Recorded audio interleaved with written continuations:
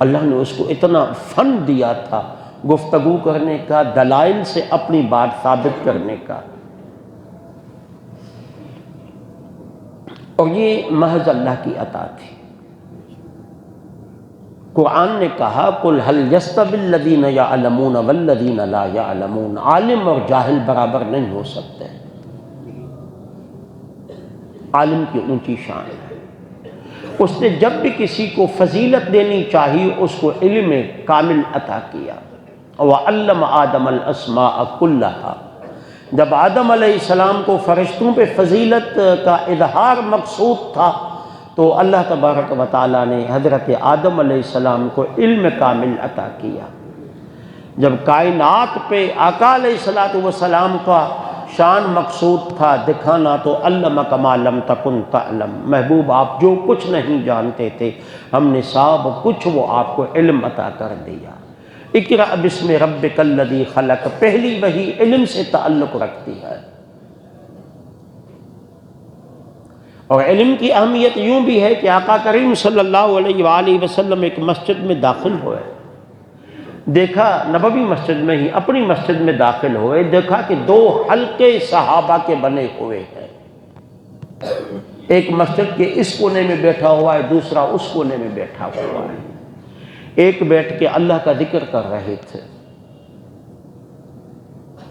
لا الہ الا اللہ کہہ رہے تھے، آیات قرآنی کا ورد کر رہے تھے، اور دوسرے بیٹھ کے علم، نماز کے مسائل، روزے کے مسائل، حج کے مسائل، زکوٰۃ کے مسائل، علم پہ گفتگو کر رہے تھے۔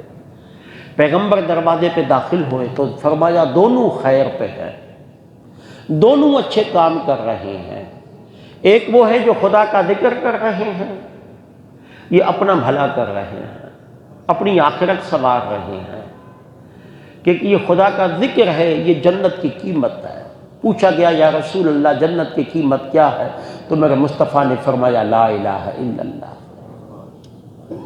جنت کا قبضہ کیا ہے؟ فرمایا جنت کا قبضہ چابی ہے اور نماز ہے، الصلاۃ مفتاح الجنہ۔ تو یہ جو ذکر کر رہے ہیں یہ اچھے راستے پہ ہیں، اور آقا کریم نے فرمایا تھا کہ جب تمہارا جنت کے باغوں سے گزر ہو تو پھل لے کے کھایا کرو۔ تو صحابہ نے پوچھا تھا یا رسول اللہ یہ کون سے جنت کے حلقے ہیں؟ فرمایا جہاں پہ خدا کا ذکر ہو۔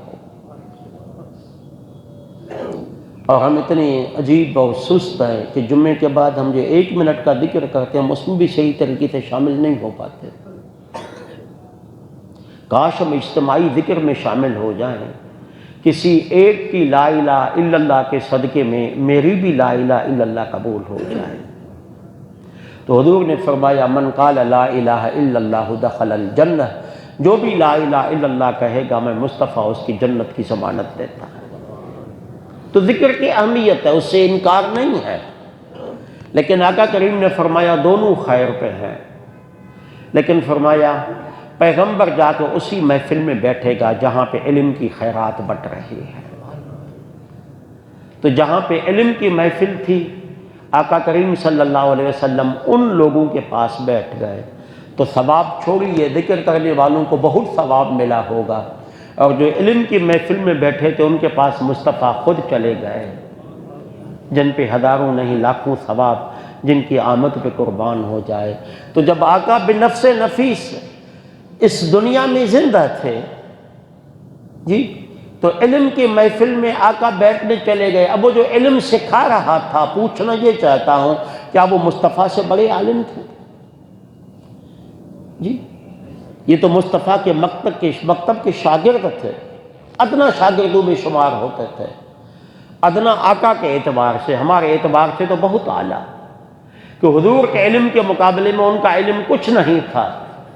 اس سے یہ پتہ لگا کہ تھوڑی کتابیں پڑھ کے اپنے آپ کو سب کچھ نہیں سمجھنا چاہیے، کبھی کبھی چھوٹے علم والوں کے پاس بھی وہ موتی مل جاتے ہیں جو بڑے علماء کی محفل میں نہیں مل پاتے۔ اور پھر بڑا اگر کسی چھوٹے سے علم سیکھنے کی محفل میں بیٹھ جائے تو اسے کباہت محسوس نہیں کرنی چاہیے، اسے یہ سوچنا چاہیے پیغمبر بھی تو اسی محفل میں جا کے بیٹھے تھے جہاں پہ حضور سے کم علم رکھنے والے بیٹھے تھے۔ یعنی علم اپنے سے کم تر آدمی سے ملے بھی لے لو، سبق یہ ہے۔ اور جو آپ کو علم دے، مولا علی فرمایا تھا کہ انا عبد من علمنی حرفا واحدا، فرمایا جو مجھے علم کا ایک حرف بھی سکھا دے میں تو اس کا غلام ہوں یار، اور زندگی بھر غلام رہوں گا، چاہے تو کام لیتا رہے، چاہے تو بیچ دے، چاہے تو عادات کرے۔